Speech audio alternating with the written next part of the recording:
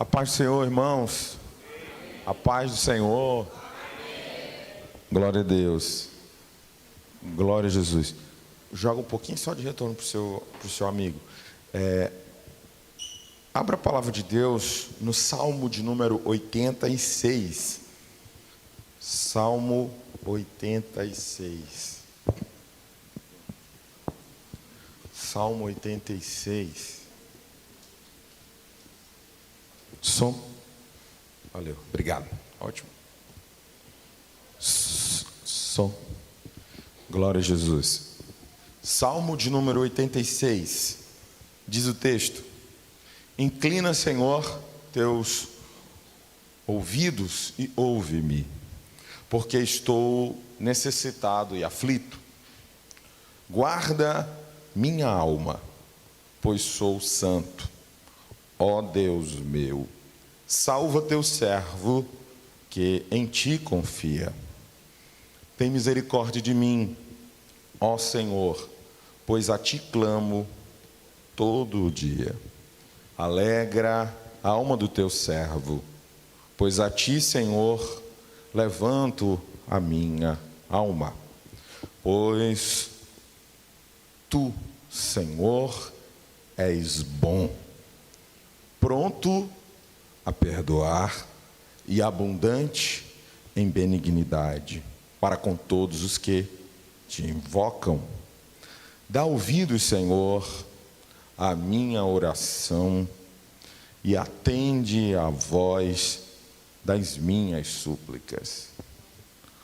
No dia da minha angústia, clamarei a ti, porque me respondes. Entre os deuses não há semelhante a ti, Senhor, nem há obras como as tuas. Todas as nações que fizeste virão e se prostrarão perante tua face, Senhor, e glorificarão teu nome, porque tu és grande e fazes maravilhas. Só tu és Deus. Ensina-me, Senhor, teu caminho, e andarei na tua verdade. Une meu coração ao temor do teu nome. Louvarei a ti, Senhor, Deus meu, de todo o coração, e glorificarei teu nome para sempre. Pois grande é tua misericórdia para comigo, e livraste minha alma da sepultura mais profunda. Amém? Só até aqui. Esse é um salmo de Davi. Isto aqui já é caso prego batido e ponta virada, consenso entre os estudiosos, que este salmo é um salmo de Davi. Observe que não é um salmo apenas de louvor. Lembre que salmo tem a ver com o inário, com o louvor, com a música. Na liturgia dos judeus, nas sinagogas. Perceba que ele traz uma oração para se tornar um louvor. Nem todo louvor é uma oração, mas ele transforma uma oração, um clamor, em louvor. E esse é um dos cinco, o primeiro dos 5 salmos, que podemos chamar de salmo de oração. Há um grito de socorro aqui. Davi estava em grande angústia. Há até uma canção da nossa harpa cristã, que diz que os mais belos hinos e poesias foram escritos em tribulação. Às vezes, é preciso nós chegarmos ao máximo da nossa força. Em alguns momentos, nós vamos achar que já estamos no fundo do poço e que não há mais solução para nós. E às vezes a gente descobre que o poço ainda é um pouco mais fundo há momento que certas coisas acontecem para que elas me ajudem a mostrar quem sou eu. Não sou nada, não passo de pó e cinza. Todos nós passamos por aflições, dificuldades e problemas que nós vamos dizer: Senhor, eu não posso, eu não consigo. E vamos estar com o coração dilacerado como estava Davi, diante de tamanha angústia e aflição. Nós não temos todos os detalhes que envolviam a vida de Davi no Salmo de número 86. Porque esse é chamado de o Salmo de Davi, assim como o Salmo 90 é chamado de o Salmo de Moisés. Você vê o Salmo regado de louvores a Deus e de cânticos, mas existem salmos de angústia e de aflição. Ele pede, está escrito no primeiro verso desse salmo, ele diz: Senhor, inclina, ó Senhor, os teus ouvidos e ouve-me. Sabe de uma coisa, irmão? Nós precisamos ter um particular entre nós e Deus. Davi convida a Deus para se achegar a Ele um pouquinho mais. Não é aqui um filho rebelde que está brigando com o pai. Não é aqui um mimadinho querendo a atenção de Deus. Não é aqui um teólogo da prosperidade inventando moda. Não. O adorador também passa por provações. O servo, a serva de Deus, também passa por momentos de aflições e de grande angústia. Pois quando você estiver assim, ou se você está neste exato momento assim, faça como Davi, convide Deus para um particular. Há uma frase que diz que a distância para a solução de um problema que nós estamos enfrentando é só a distância do nosso joelho para o chão. Não que o mérito é nosso, o mérito é todo do Senhor. Mas o que eu quero dizer para ti nessa noite, com base na palavra de Deus, faça como Davi, convide Deus para uma conversa particular. E você sabe qual é a conversa particular que o crente, ele convida Deus? É a oração. Um certo dia, um amigo das antigas estava vivendo um momento de grande angústia. Estava enfrentando um problema matrimonial. Infelizmente, ele havia falhado. E a sua família não conseguiu mais permanecer como estava antes dele ter falhado. E ele já tinha tentado, estava de verdadeiramente arrependido, não era remorso. Ele estava arrependido. Eu acompanhei, não era pastor, eu era um quase jovem, saindo da adolescência. Mas ele era um grande amigo. Eu tinha e tenho por ele um grande carinho. E em uma das angústias que eu estava ouvindo ele, eu fazia parte da coordenação de jovens, lembro muito bem, eu era adolescente, fazia parte da coordenação de jovens. E ele me chamou para conversar, me colocou no carro, e nós começamos a conversar, e ele estava muito triste com o que tinha acontecido, e há meses estava tentando uma restauração familiar, sem conseguir. A ponto de que ele estava já entrando em desespero. E eu confesso que hoje, olhando para aquele momento, eu acho que poderia acontecer até mesmo uma tragédia. Porque uma pessoa tropeçou de fato, de verdade, não tinha intenção, mas falhou, baixou a guarda da vigilância e falhou. E eu não vou julgar ninguém, nem que sim, nem que não estou no mérito para isso. Mas nós conversamos bastante, e ele me deixou em casa, e ele me conta que depois que eu saí de casa, que ele me deixou na minha casa, ele entrou no carro dele e ele disse: Deus, entra neste carro comigo. Ele disse: Jesus, eu preciso conversar com o Senhor, de uma vez por todas. E ele disse assim para mim: sabe o que eu fiz, Tarsis? Eu disse: Jesus, eu vou puxar o cinto porque eu estou com vontade de correr. E ele diz que ele puxou o cinto de segurança e colocou no lugar, porque ele sentia no coração dele como se Jesus estivesse atendendo o pedido dele para sentar com ele no carro. E eu lembro todos os detalhes do carro, não vou falar, porque vai que tem alguém que é da mesma época que está assistindo, eu não quero. E ele disse que ele contou tudo para Jesus. Jesus, eu errei assim, o Senhor sabe, eu queria ter uma oportunidade, mas a pessoa não quer me dar. O Senhor está vendo, não vou julgá-la, eu errei, mas eu não aguento mais, meu coração está aflito, me socorre, Jesus. Eu preciso que o Senhor intervenha na minha vida e na minha história. Ele disse para mim: Tarsis, a partir daquele dia, eu nunca mais fui a mesma pessoa. Jesus tirou do meu coração todo o fardo que o pecado estava trazendo, todo o sentimento ruim pelo meu erro. E ele, naquele dia, ele diz: eu consegui me perdoar, porque eu ainda não conseguia me perdoar. Mas ele disse: eu tenho certeza que quando eu disse: Jesus, entra no carro comigo, Jesus entrou. E quando eu disse assim: eu vou apertar o cinto, eu sei que Jesus sentou e eu coloquei o cinto em Jesus.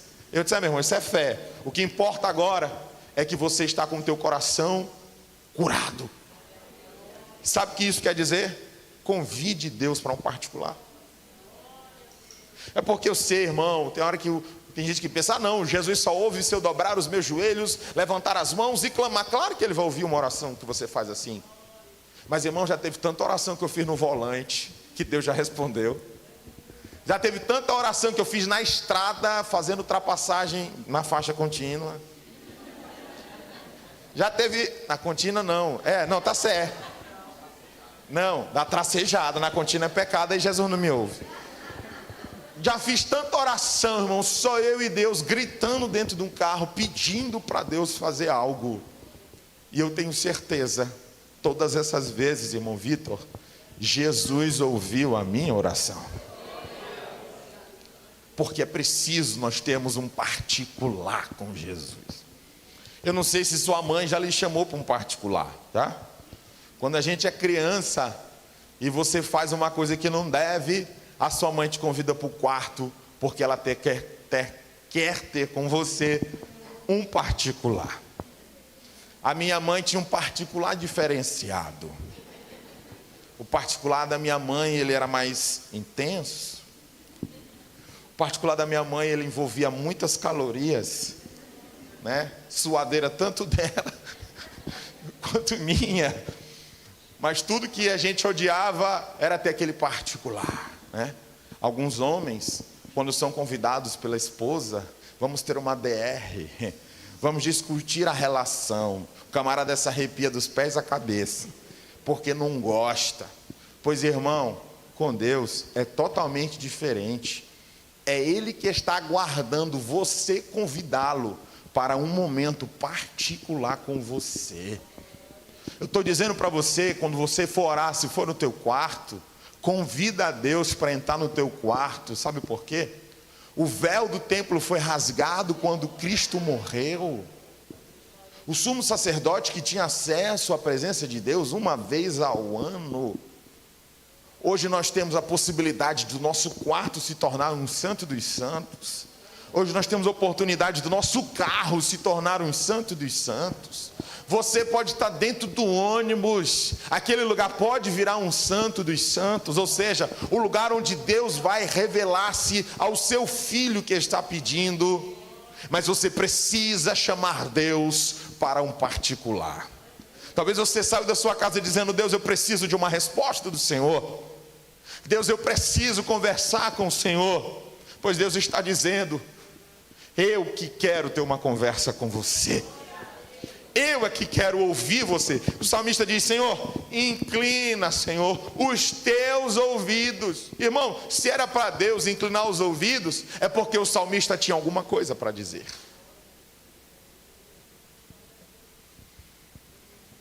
Abra a sua boca para falar com Deus. Abre os teus lábios para ter um particular com o Eterno. te disponha para adentrar na presença de Deus.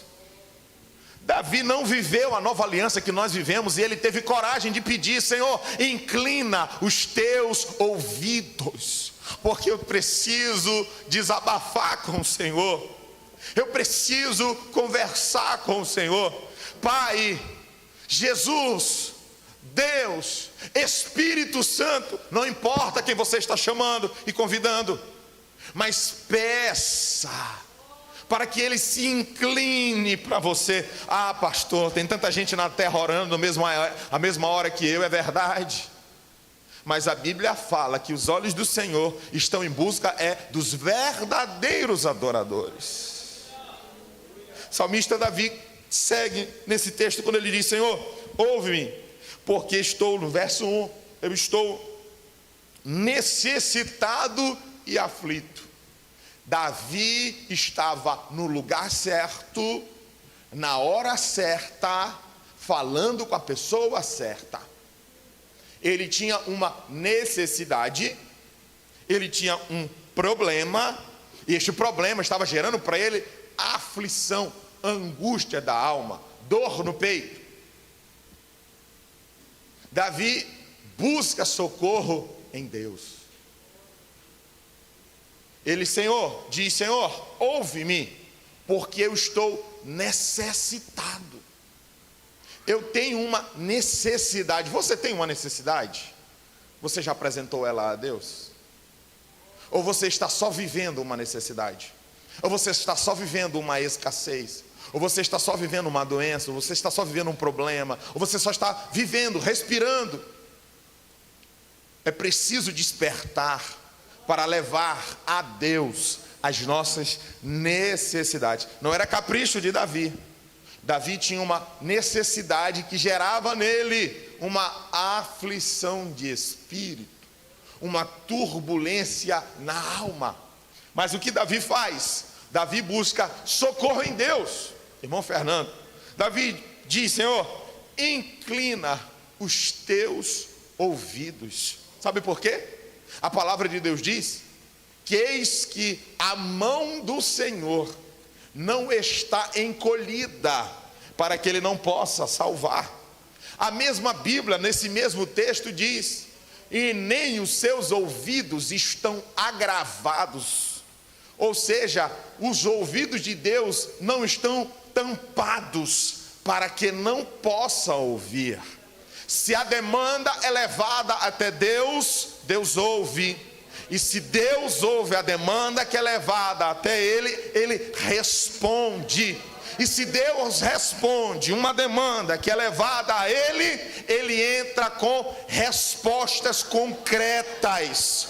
Porque tem hora que Ele fala só a alma, porque tem hora que Ele fala ao coração, porque tem hora que Ele diz para mim e para você: espere. E às vezes a gente quer que Ele diga assim: eu estou me levantando, eu vou destruir e vou fazer. Mas não, tem uma hora que Deus responde com silêncio, e o silêncio de Deus parece mortal.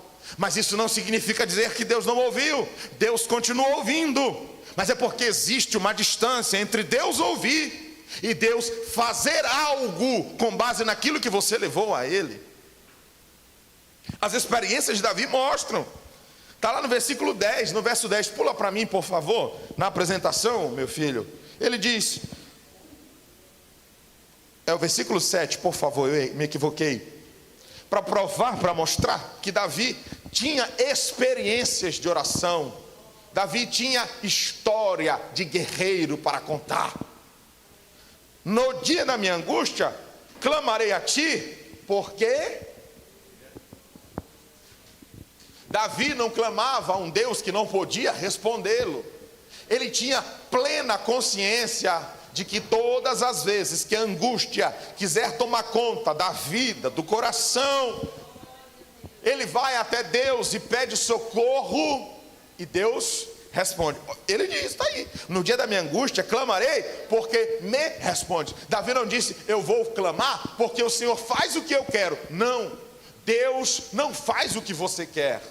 Deus não faz como você quer. E Deus não faz quando você quer. Deus não responde caprichos. Deus responde orações.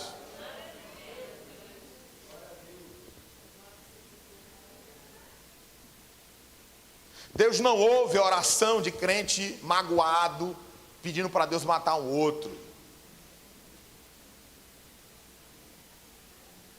Deus ouve a oração de um coração ferido que diz: Pai, perdoa.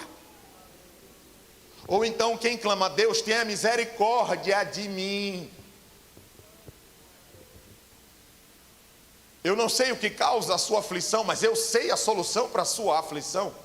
Eu não sei o que te entristece, mas eu sei a solução para a tristeza. Eu não sei o que te abate, mas eu sei a solução para aquilo que te abate. Leve a sua demanda ao Deus Criador. A história mostra, Ele ouve, Ele responde. Deus não é alguém que vai receber um ofício e vai engavetá-lo, e você vai ficar esperando: quando é que vão me responder? Quando é que vai vir a resposta oficial, jurídica, seja lá o que for? Não existe isso. Até porque, irmãos, o ser humano é limitado. Por isso que a justiça precisa até de uma fila. Porque é tanto problema, é tanta causa, é tanta guerra, é tanta dificuldade. Mas Deus não. Deus, Ele é ilimitado. Deus é onisciente. Deus é onipotente. Deus é onipresente. Estamos aqui e apenas, mas Ele está aqui e está acolá. Estamos aqui e somente aqui. Ele está aqui e está recebendo o culto de um outro povo sincero que está oferecendo a Ele. Deus não está limitado ao tempo. Levante o seu ânimo, levante o seu coração, faça como Davi. Bora lá continuar no verso 2. Davi segue no seu louvor, a oração que se transformou em canto, quando ele pede: Pai, Deus, guarda minha alma, pois sou santo. Ó Deus meu, salva o teu servo. Davi não estava sendo presunçoso, Davi não estava sendo um santarrão. Davi tinha consciência da sua fé em Deus. Por isso que ele diz que ele fala e Deus responde. E agora ele tem consciência, como pregou ainda há pouco a irmã Carla falando do apóstolo Paulo. Este também tinha consciência de todos os seus desafios espirituais para se manter como um homem santo diante de Deus. Não era presunção de Davi: eu sou santo. Davi não tinha um discurso de um jeito e uma vida concreta de outro. Não. Davi estava falando para Deus: Senhor, me ouve, porque eu te sirvo. Me ouve, porque eu sou o teu servo. Se um servo teu ficar sem resposta, os outros irão escarnecer e vão perguntar: onde está o Deus que eu sirvo? Por isso eu peço ao Senhor: me responda, porque eu sou santo, isto é, eu sou o teu servo, que fiz uma escolha de te servir. Isso não é passar na cara de Deus, isso não é presunção. Isso é um coração aflito que precisa de resposta, mas que tem consciência da sua fé em Deus e em quem serve. Pergunte a esse crente que está do seu lado, que Deus colocou nesse culto: você está recebendo a palavra de Deus? Você tem consciência da sua fé? Pergunta para ele: você tem consciência da sua fé? De quem é você diante desse mundo hostil? Temos que ter consciência, somos homens santos e santas de Deus. Ah, mas vocês são pecadores. Nós lutamos contra o pecado, mas nós temos consciência que sem a ajuda de Deus nós não vamos a lugar nenhum. Mas pelo sangue de Cristo Jesus nós iremos alcançar a vitória. Não é mérito nosso, é para a glória do Senhor. O mérito não é pessoal, o mérito é da cruz, não é meu. Davi: Senhor, eu sou o teu servo, guarda a minha alma. Na história da sociedade muito se falou sobre alma. muito se falou sobre alma. Filósofos, muitos deles falaram sobre alma. O nosso entendimento religioso é diferente, inclusive como os nossos dias entendem sobre alma, sobre psique e etc. Nós entendemos a alma como a sede das nossas emoções, como a sede dos nossos sentimentos. E na nossa doutrina teológica, nós cremos na tricotomia. Nós acreditamos que o homem ele é espírito, ele é alma e ele é corpo. E assim como eu tenho um corpo físico, eu tenho uma alma que guarda os meus sentimentos e emoções, e eu tenho um espírito que me comunica com Deus. E essa minha alma e esse meu espírito, mesmo que esse meu corpo morra, essa alma, esse espírito, eles não vão morrer, eles seguirão imortais. É assim que nós cremos. E a Bíblia nos mostra por que cremos assim. O nosso corpo físico vai morrer, mas o nosso espírito vai continuar bem vivo. E vivo eternamente. Uns para a vida eterna e outros para a morte eterna. O corpo vai voltar ao pó, de onde o pó veio. Mas a alma, o sopro de vida voltará a Deus. E Deus vai decidir para onde aquele sopro de vida vai. Se para a morte eterna ou para a vida eterna. O salmista, quando ele diz: Senhor, guarda a minha alma. Não sabia ele que ele também estava dizendo: guarda a minha mente. Porque o maior campo de batalha de um ser humano é a sua mente. Você sabe que o nosso maior campo de batalha é a mente. E esse campo de batalha é tão difícil que ninguém luta com a gente dentro dela. Somos nós mesmos. Deus nos ajuda, mas a guerra é nossa. Por isso que a Bíblia nos diz que nós temos que pensar, irmão Bruno, nas coisas que são de cima. Porque se nós entregarmos as nossas mentes para as coisas que são da terra, iremos fracassar. É por isso que Jesus, quando ele vai falar sobre o adultério, ele diz: olha, se um homem no seu coração, isto é, na sua mente, desejar uma mulher que não é a sua, nessa sua mente, nesse seu coração, já cometeu adultério. Jesus estava falando de uma coisa que os próprios judeus não falavam: a guerra da mente. Jesus estava dizendo que é preciso vencer as guerras da mente. A nossa mente é muito traiçoeira. A nossa mente ela é um campo minado. A nossa mente ela é falha. Por isso que nós precisamos da ajuda de Deus, para nós mantermos bons pensamentos em nossa mente, para que mantenhamos uma alma guardada em Deus, uma mente santa, uma mente sã, como ele está falando aqui no texto. Prossigamos.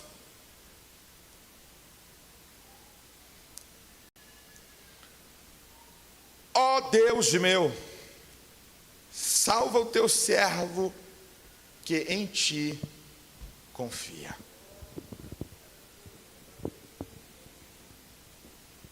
Deus, ele trabalha quando você trabalha.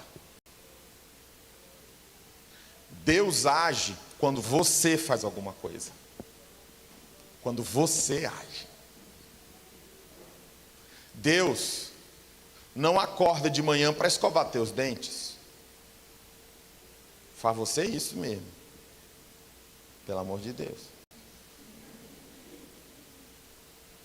Deus não vai pegar na tua mão e te levar a um consultório psicológico, médico, oftalmológico.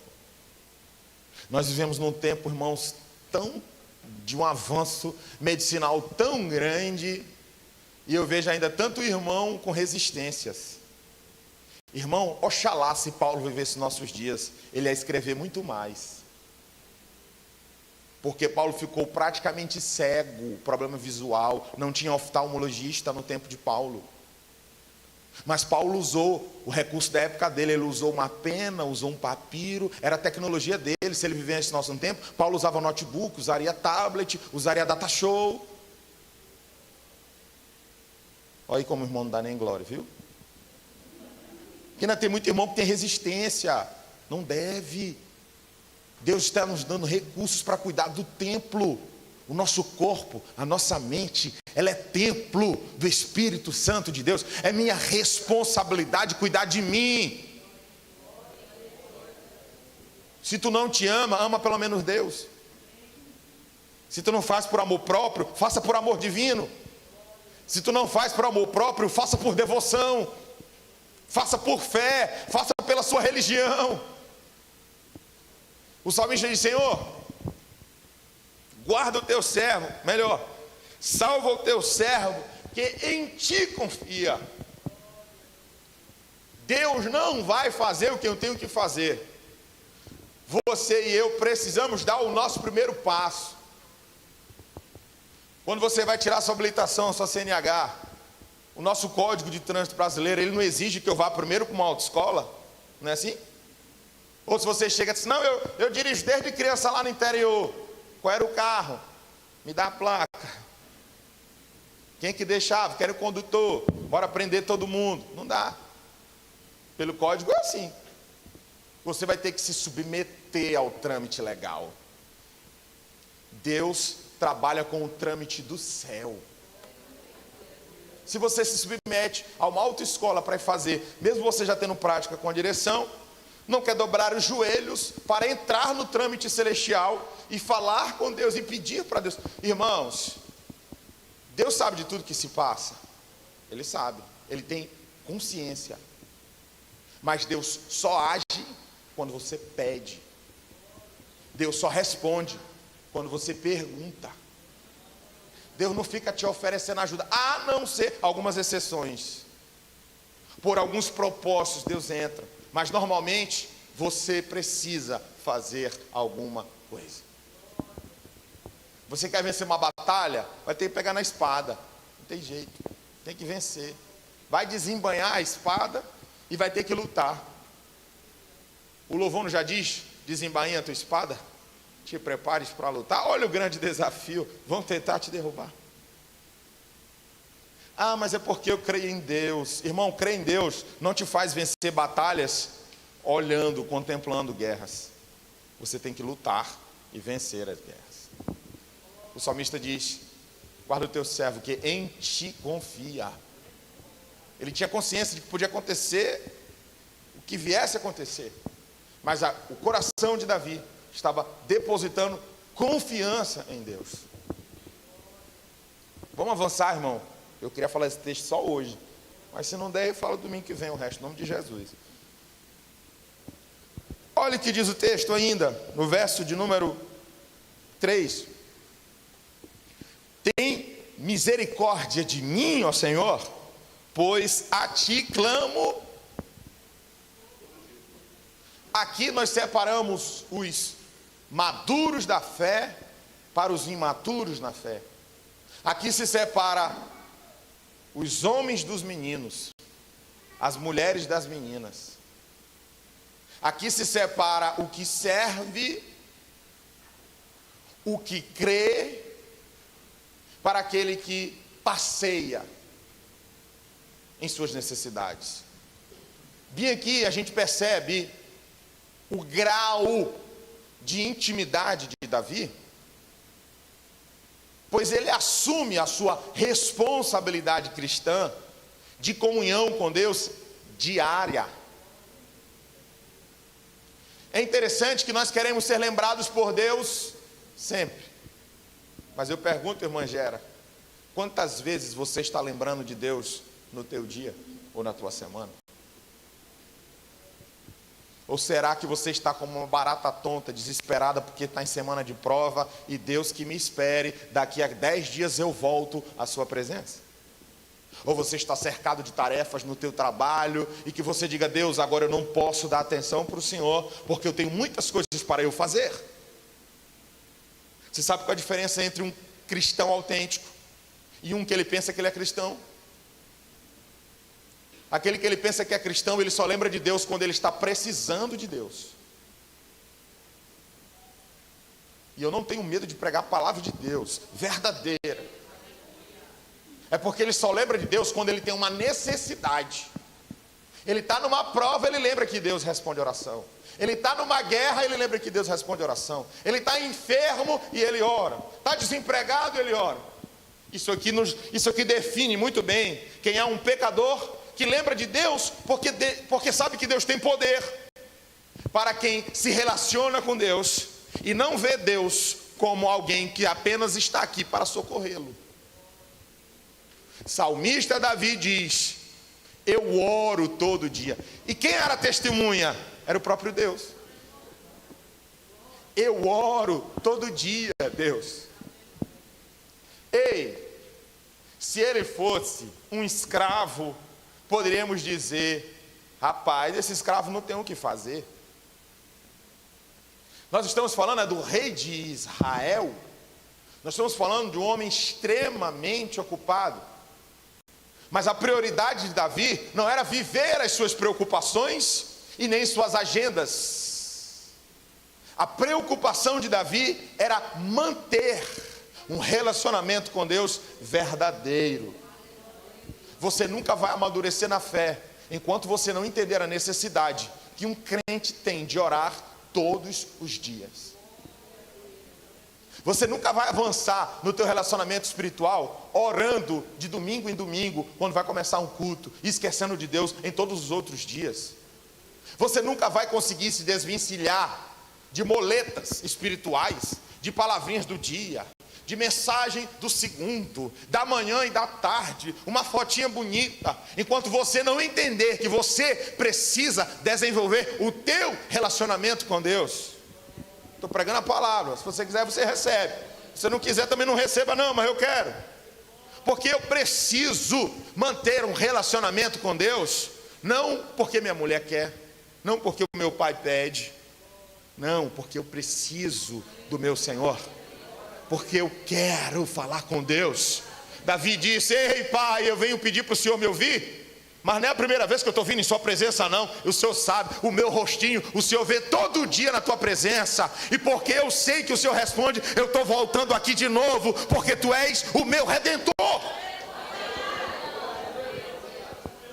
Não procure Deus como remédio para curar uma dor, e depois que o efeito da dor passar, você só vai lembrá-lo quando te sentir uma outra dor.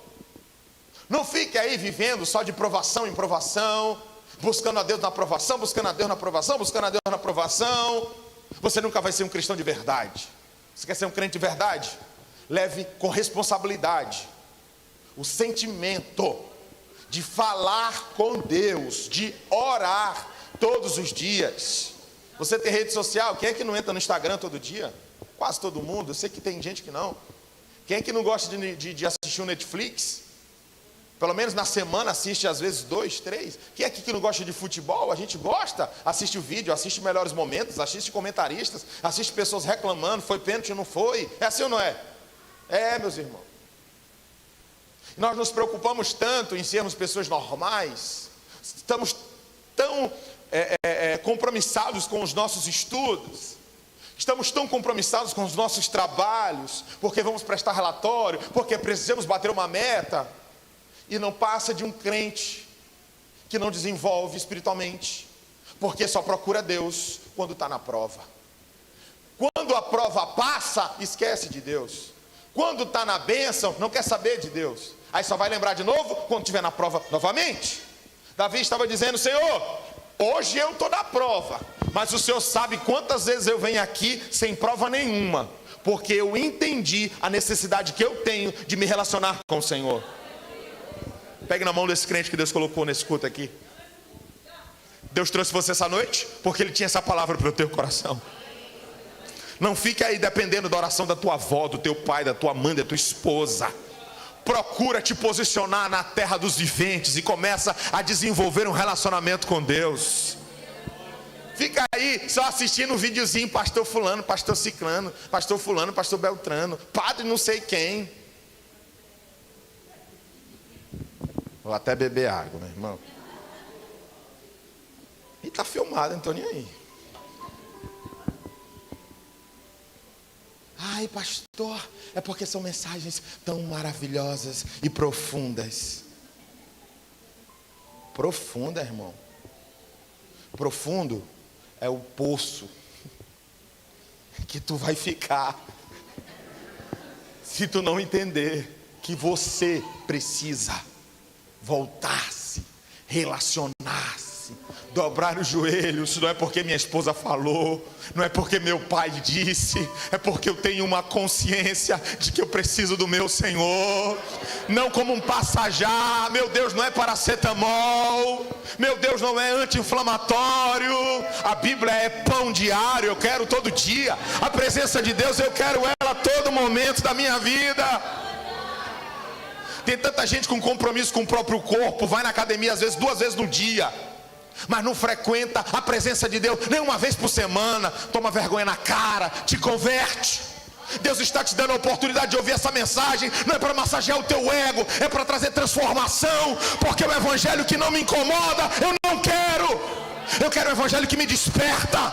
Eu quero o evangelho que me lembra: eu tenho uma alma e vou prestar conta dessa minha alma com Deus. Vá jogar seu futebol, vá jogar seu basquete, vá para sua academia, mas não esqueça de malhar o espiritual. Não esqueça de desenvolver um relacionamento com Deus. Ou você não vai passar de um crente medíocre, ou você não vai passar de uma pessoa normal que crê em Deus. Eu não quero ser um normal que crê em Deus. Você quer viver o normal de Deus? Viva. Mas para viver o sobrenatural tem que ter comunhão, tem que ter oração, tem que ter depósito de oração, tem que ter lágrimas colhidas pelo anjo, como a Bíblia diz. Está lá em Apocalipse. João viu taças cheias, ele pensava que era de água. Alguém foi no rio e encheu, alguém abriu o torneiro e encheu. Aí não, Deus diz não, isso aí são as orações dos santos. Quando você chora, a minha lágrima, a tua lágrima é colhida pelo próprio Deus. O cuidado de Deus é tão grande que nem uma lágrima de um crente cai no chão e molha na roupa apenas. Vira depósito, memorial. Então pare de ficar dependendo das lágrimas dos outros. Vá para a presença de Deus hoje. Desperte hoje. Coloque um limite naquilo que você entende que você precisa colocar um limite. Vá cuidar do seu corpo, vai cuidar da sua mente, mas vai cuidar do seu espiritual. Porque hoje em dia todo mundo só serve se for descompensado. Ou cuida só da mente, ou cuida só do corpo, ou cuida só do espiritual. Está errado. Você não pode ficar 24 horas de joelho. Não pode. Por quê? Porque você tem que trabalhar. E a Bíblia diz: vai ter com a formiga. Ó, preguiçoso, não fica aqui na minha presença não, que eu estou entendendo que tu não quer orar não, tu não quer trabalhar, Zé Preguiça. Mais ou menos isso. Mais ou menos isso. Ô irmão, você pode ofertar no meu ministério? Não, não posso não, vá trabalhar. Vá carregar um balde de massa, um saco de cimento, vá fazer alguma coisa. Por quê? Porque a Bíblia diz que o trabalhador, ele é digno do seu salário. Paulo era o quê? Fazedor de tenda. Paulo carregava tora de madeira, tecido, cavar. Irmão, cavar buraco aqui é fácil. A nossa terra tem umidade. Terra aqui no Maranhão é terra preta, terra produtiva, ou terra abençoada. Vai cavar no sertão para te ver. Parece que é o diabo que está lá. Colocando uma placa de ferro a cada machadada que você dá. Irmão, não abre para nada. Vai cavar uma cova para você ver no sertão. Vai lá. Vai bem aqui no Ceará, cavar lá um buraquinho ali na região que eu conheço. Vai bem aqui no Pernambuco, que tem os pernambucanos que conhecem o que eu estou dizendo. Vai lá. Irmão, a gente bate no chão, a estaca volta, o ferro volta, que é o meu nome? O cavador. Você bota, se tu não vacilar, quebra até teu dente. Que ele volta. Só de difícil que é. Paulo trabalhou para se manter. E ele disse: ó, eu tenho direito, estou abrindo mão do direito para ser exemplo. Aí nossos dias é o quê? Não, eu só vou se a igreja me der tanto. Se você depositar o Pix do meu ministério. Rapaz, um Pix é. Irmão, terminou o horário. É de Deus. Fique de pé. Eu vou encerrar domingo que vem. Não, se Jesus não voltar. Se ele voltar, vai ser melhor do que eu ouvir o pastor Tasso pregar. Porque o que eu estou esperando é isso. A gente desenvolve comunhão com Deus, é para isso. É para a gente continuar esperando aquilo que ele disse. Jesus disse: Eu vou, mas eu volto. Eu venho buscar vocês de novo. Enquanto isso, meu irmão, mantenha essa chama acesa. Mantenha essa comunhão em dias. Larga um pouco esse Instagram, pelo amor de Deus. Pela tua vida, pelo teu casamento, pela tua família. Dá um tempo. Pastor, não é para ter? Tenha. Eu tenho. Não sou doido.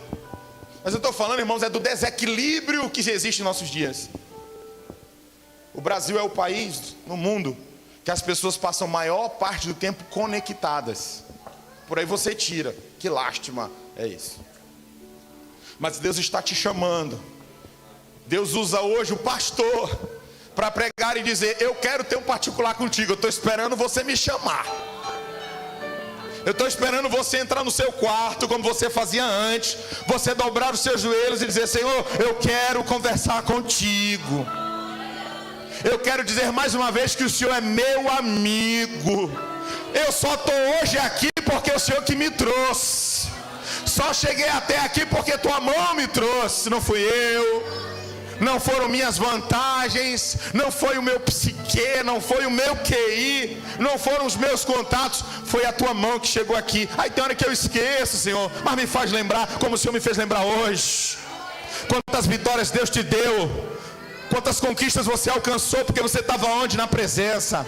Aí agora você quer esquecer a presença dele, né? Aí agora você quer esquecer como é bom orar, como é bom chorar, como é bom dizer: Pai, eu vim aqui para conversar contigo.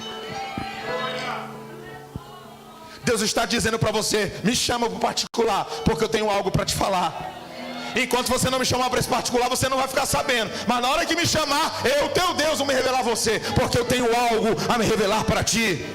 Há um particular de Deus te esperando, meu irmão. Chama logo, para você mudar, para você ver Deus trabalhando, para você ver Deus agindo. Aleluia.